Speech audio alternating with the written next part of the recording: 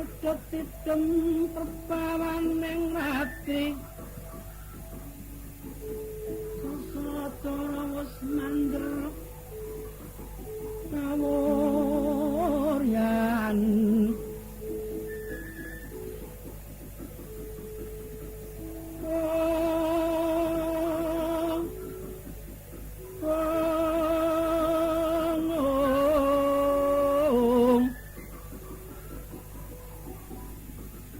Pan kutiwa memanis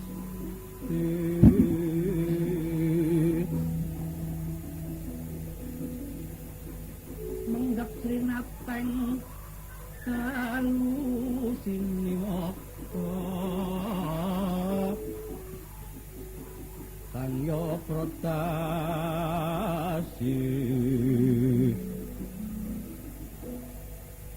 aklar neng toko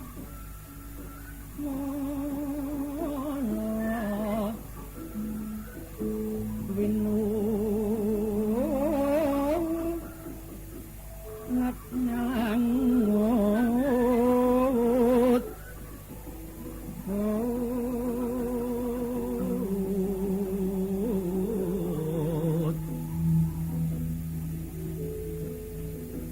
pandene paksa kebekan saking kaing paranggana kang sumiwi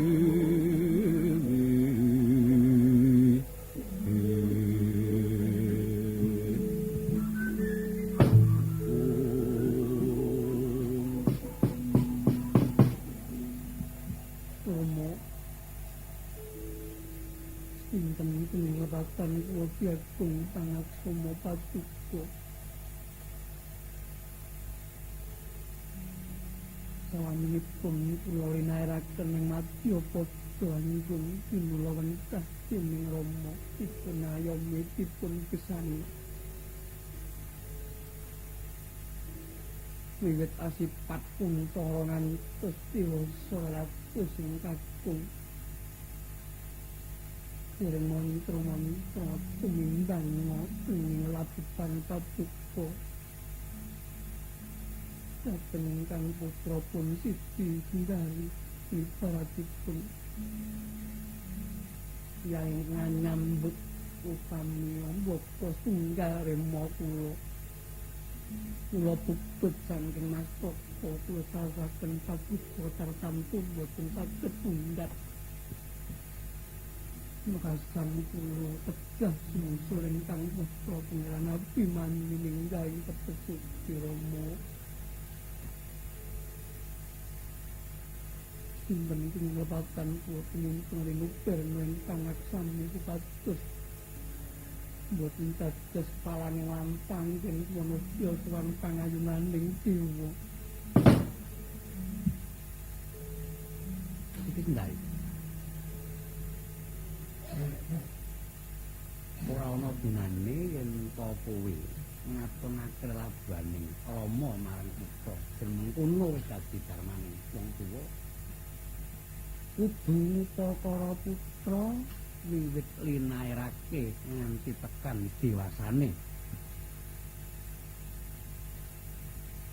dene tekadmu kang mengkono mau aku ora wenang amambengi ning aku uga ora ngatak Karena nggonmu netepi dadi garwaning putri prajurit, dadi putri garwaning prajurit. Ingkang kudu rumeksa asmaning kakung dening sira Kingilar. Seda dening Si Abimanyu. Aja nganti kingguh dening pangmudaning Riyang, peentengake patimu sarana nggonmu bakal manjing tumangan Patyabong. Nini tak sesuwun marang panguwasane sing gawe jagat muga-muga lekasmu kang luhur sejaba tresnamu pinampan dening Dewata kapenaking kaswargan kang cep sarta cocok kalawan akeh sisi ing labamu muga ing tembe wurine tetepa dadi tepa tuladha saktaanmu kang mangkono dadi sitar kono Panjenenganipun nuwun pamit. Mas pinten sumanglebatan kula diagung pangatuna patuko. Inggih kula dereng sembodo ngaturaken pisungsung ingkang amujud menapa kemawon. Tempat patuko kanjeng ibu kasolak kula ketau miring ingkaripun sang putra Pangeran Abimanyu.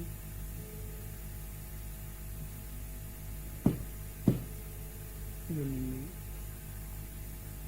lagi sadar sampai pun sang Gusti marang panguwasan iki. Kok tinampa ngene sang opo-opo.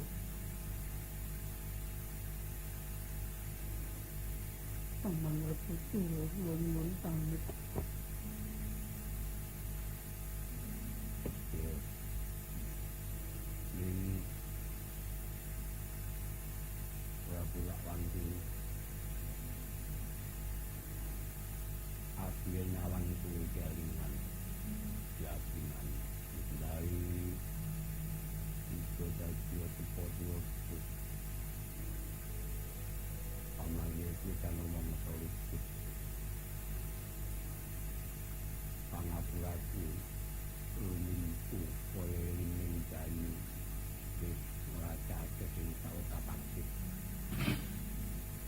Putra iku Kakang Prabu Eyang Mantun tari Mantun pun itu aku doro Kakang Robo ayo Kang Podo usahe kowe iki peparingan tak anti menengake tepok muga dinuka lawaning swarga rupa dadi pampang kalaning sisi Sundarian Abimanyu nggone Deswan pangayoning para Sapet itu nalika semono sarengan sadakep saryangan nengake cipta napa nderwati anggung eling marang labuhane kang gugur ana madyaning palubon.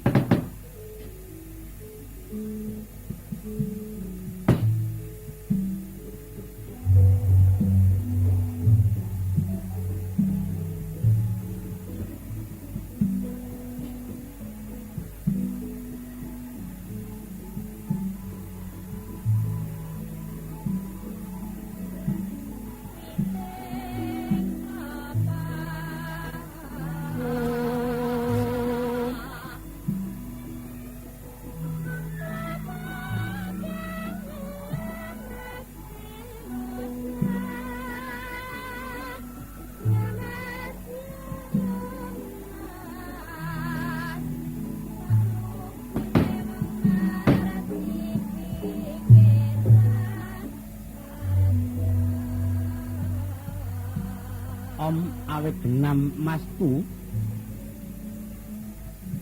Om awet genang mastu mugi rahayu sagung dumadi mugi rahayu sagung dumadi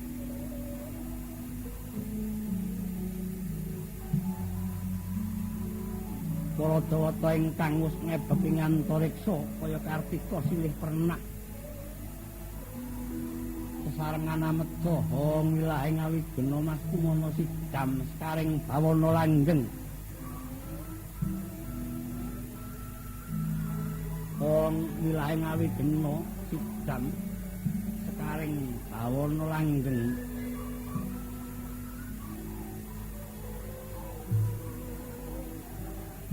ana saweneh kang ngawurake wangi ana saweneh ingkang kidungan suci saweneh ingkang anggung muja dhateng panguwasane sing gawe jagat mugi-mugi tinampiya sawane Sang Siti Sundari Sarimbit lan Sang Abimanyu manuk-manuk kang padha pating karuwet utahe sami sanalika ceplakep kaya bingkem upama manungsa nangis guguk mulat wandane para kusuma ingkang wis padha gugur madyaning palakan. Bebasane tanah langit ingkang lumampah lan tepireng kemerci ing toya ingkang namung gedhek tidem saklimat wonten ingkang sami nyebawa kaperbawan bukitaning cas sang putri agung Dewi Siti Sundari ingkang tinlar gugur dening sang Gurakan nggih sang Abimanyu.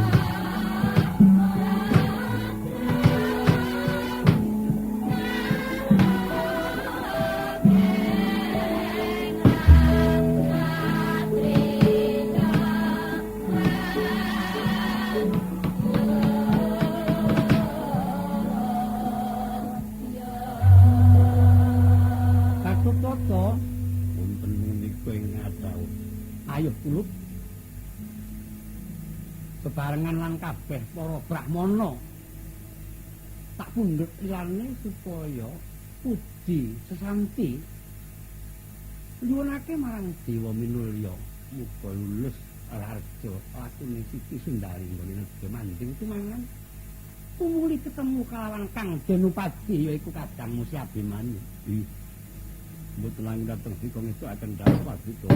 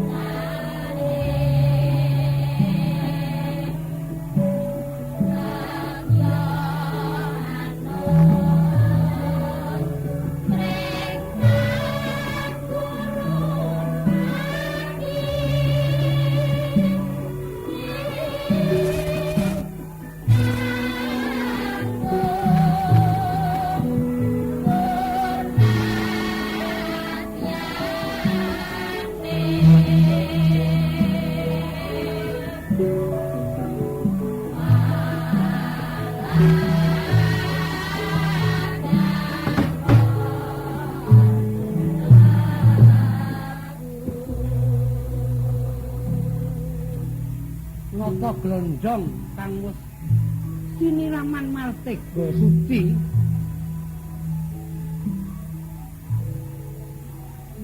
sinawuran Gondorukem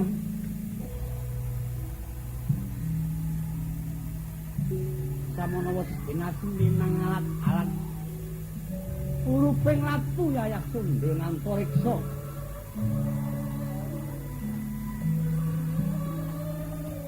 akeh para kang samya mulat ngremake netra karana batan mentala badhe sedaning sang putri agung Dewi Siti Sundari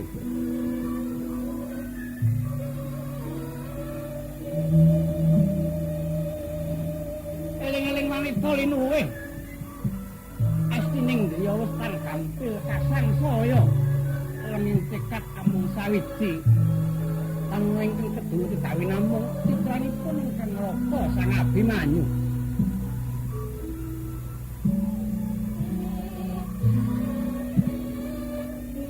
Boten malang tunggalih, boten mandhek mangu. Derenging raos tanpa pinambengan. Mangat lajeng latu ingkang kaya